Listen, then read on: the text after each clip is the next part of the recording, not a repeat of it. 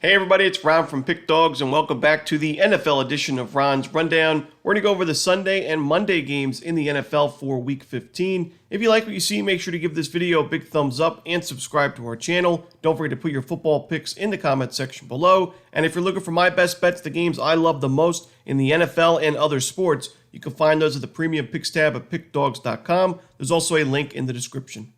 Alrighty, here we go. Here are the games for Week 15 in the NFL.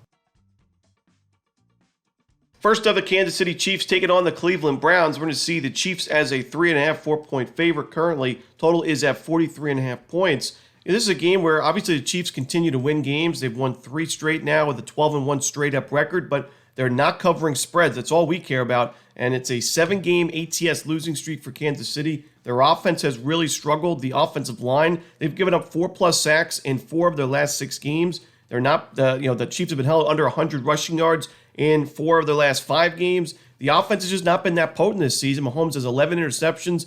The Chiefs' defense has been excellent. I mean, they're one of the best run defenses in the league. The secondary has been a little bit shaky as of late, but they still do a great job of getting pressure on opposing quarterbacks. But with how much the offense has struggled, how much the Chiefs have not been able to cover spreads in recent games, I got to go with the other side here, the home team in the Cleveland Browns that have been a lot more competitive in recent games than they were at the very beginning of the season. We know they've already pulled off some nice upset wins at home over teams like the Ravens and the Steelers. Maybe this is another one, but I'm going to take the points with Cleveland just in case.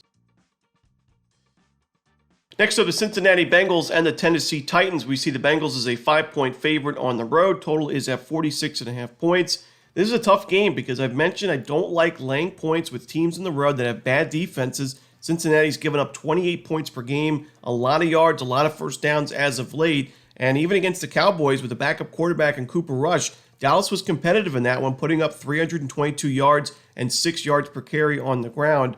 Still, this is a must-win game for Cincinnati. They have to win out, and then they need some help from some other teams losing games in order to make the playoffs. So this is a must-win. Tennessee not playing for much of anything, and they are struggling quite a bit as of late. They lost last game outright against the Jaguars as a 3.5, 3-point favorite, and then the week before got crushed against the Commanders. I think that the Bengals win this game, and anything less than a touchdown I think is reasonable enough for me to take Cincinnati. It's not my favorite game on the board, but I'm going to lean towards the Bengals. Next up, the Commanders and the Saints. The Commanders are a 7.5-point favorite. Total is at 43.5 points. The Commanders coming off the bye week after their big blowout win over the Titans, 42-19. I don't think this game gets as ugly, but I like the Commanders laying the points. The Saints coming off a close one against the Giants, 14-11. That needed a blocked field goal for the win for New Orleans. So for me, this is a letdown spot after that emotional victory. And the Saints have won 3 of the last 4 games. They're not necessarily out of the running in the NFC, but still, I think the Commanders are the much better team on both sides of the ball. They went through that 3-game losing streak, but that was against the Steelers, the Eagles, and a divisional game against the Cowboys. I think this matchup is much more beneficial. Give me Washington in this one. I'm going to lay the points. Next up, the Baltimore Ravens and the New York Giants. The Ravens are the biggest favorite of the season, the biggest favorite of the week and of the season at 16.5 points. Total is at 42.5. For me, I think the Ravens win this game and don't really have too many big issues along the way, but I just can't lay this many points with a Ravens team on the road that defensively has not been the best overall this season. They've given up, on the road 27 points per game. Their secondary has struggled a bit away from home. So, coming off a loss against the Eagles, like I said, I think it's a good bounce back spot for Baltimore, but I can't lay north of 2 touchdowns and almost 2 touchdowns and a field goal against a Giants team that was good enough defensively last week to cover the number and was 1 blocked field goal away from forcing overtime against New Orleans. So Tommy DeVito's not my favorite quarterback, but I think he does enough to keep this one within the number. I'm going to take the points of the Giants in this one. Next up, the Dallas Cowboys and the Carolina Panthers. This one is going to be Carolina laying 3. The first time the Panthers have been favored in a game since 2022. It's been almost 2 full seasons, and right now the total is at 43.5 points. This is unfamiliar territory for Carolina, and I can't lay points with this team. Even though the Panthers have been more competitive recently, they've covered a good amount of spreads recently, I still think the Cowboys are the better team. They played competitive football against the Bengals last week on Monday night, and they were a special teams gaffe away from potentially winning that game or at least going to overtime. And I think Dallas does enough here to win this game outright. I think, getting points, I think there's a lot of value with Dallas in this one. So give me the Cowboys plus the points. Next up, the New York Jets taking on the Jacksonville Jaguars. This is a great game here. We got the Jaguars as a 3.5-point home dog. Total is at 40.5 points. You got to wonder if either of these teams really care to win a game like this. The Jaguars are coming off an outright win over the Titans last week, but still, I think the Jets are the better team despite both of these teams having the same record at 3-10. The Jets were competitive last week in Miami. That was a game that went to overtime, 32-26. The Jets put up 400 total yards of offense in that one. Their defense did struggle, but more so against the pass. They were still strong against the run. They've been great against the run all season. And I don't think Mac Jones is going to be able to exploit the Jets' secondary issues in this game. I think the Jets are the better team. I wonder, you worry about motivation, but I got to go with the Jets in this one, lay the points. Next up, we have the Dolphins and the Texans. The Texans are a 3-point favorite. The total is at 46.5 points.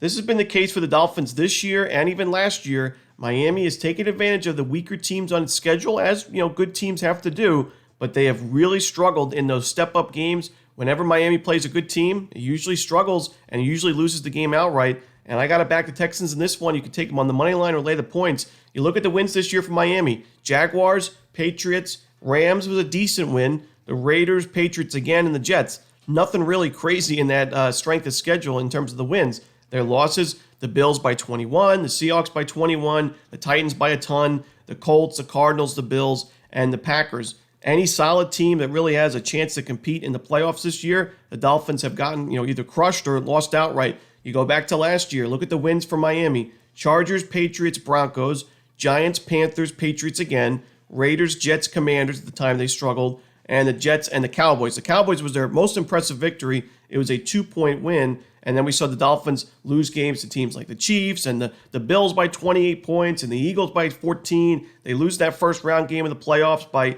19 points in an ugly game. I can't back Miami against a good team right now until we see something different. Give me the Texans in this one. I'm going to lay the points.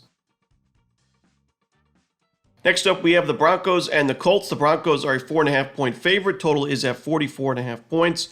I'm on the under in this game. I've mentioned that I like taking unders after a team played in a high-scoring game the week before. We did it last week with a couple of games, the Browns and the Steelers, and then the Bengals and the Cowboys. Both the Bengals and the Browns were coming, and the Steelers actually, coming off high-scoring games, and both of those games, Bengals, Cowboys, Steelers, Browns, went under the number. I think this one goes under after the Broncos' 41-32 high-scoring affair against Cleveland. I still think the Broncos are a solid defensive team. I think the Colts are also improving a little bit defensively after a pretty nightmare start to the season. So give me the under in Colts-Broncos.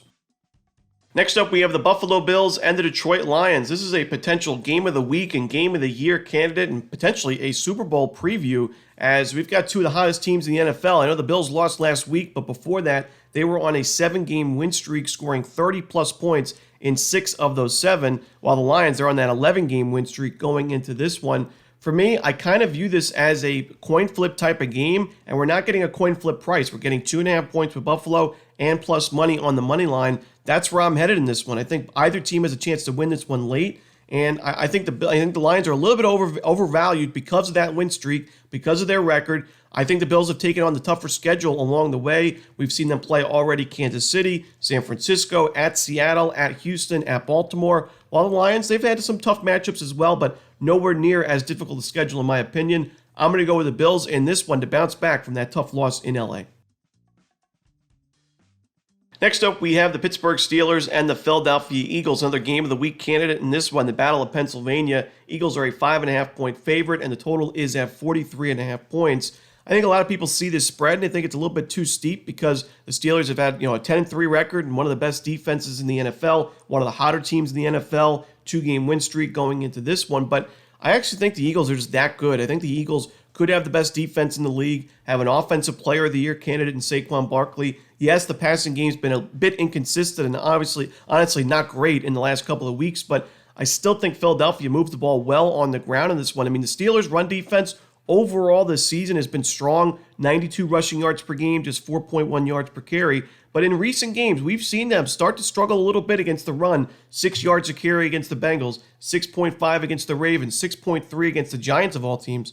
So I think Philadelphia moves the ball well on the ground. I think their defense is a stellar showing. I don't think Russell Wilson and the Steelers can make enough plays in this game to keep up for 4 quarters. So give me the Eagles in this one. I'm going to lay the points. Next up, we have the Patriots and the Cardinals. The Cardinals are a 6-point favorite. Total is at 45.5 points. Yeah, this is a tough one for me because while I do think the Cardinals are the better team, I mean, right now, a 3-game losing streak, and I liked them in that last game against the Seahawks. It looked like a nice get-right spot, a revenge game against their rivals and the team that they lost to a couple of weeks prior, but they just did not play well defensively at all. I was hyping up that defense going into that game, and they gave up almost 200 rushing yards, about 6 yards per carry, 400 total yards, and those 30 points. For me, I just can't lay points with the Cardinals right now, especially almost a touchdown or a full touchdown without the extra point. I think the Patriots have shown they've been a lot more competitive offensively under Drake May than they were at the beginning of the season with Jacoby Brissett. And I think New England does enough here to cover the spread, maybe has a chance to win it outright. I'm going to go with the points here with the Patriots.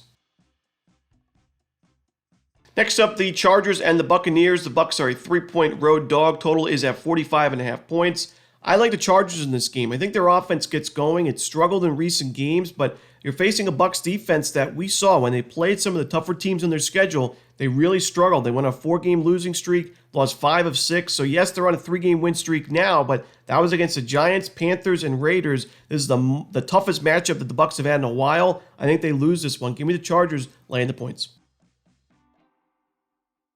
Next up, we have the Sunday Night Football contest on NBC between the Packers and the Seahawks. The Packers are a road favorite in this one. Total is at 45.5 points. So despite that win streak for Seattle, they've won 4 straight games. Not only wins outright, but they were upset victories. They were dogs in all 4 of those games against the Niners on the road, the Cardinals at home, and then the Jets and Cardinals again on the road.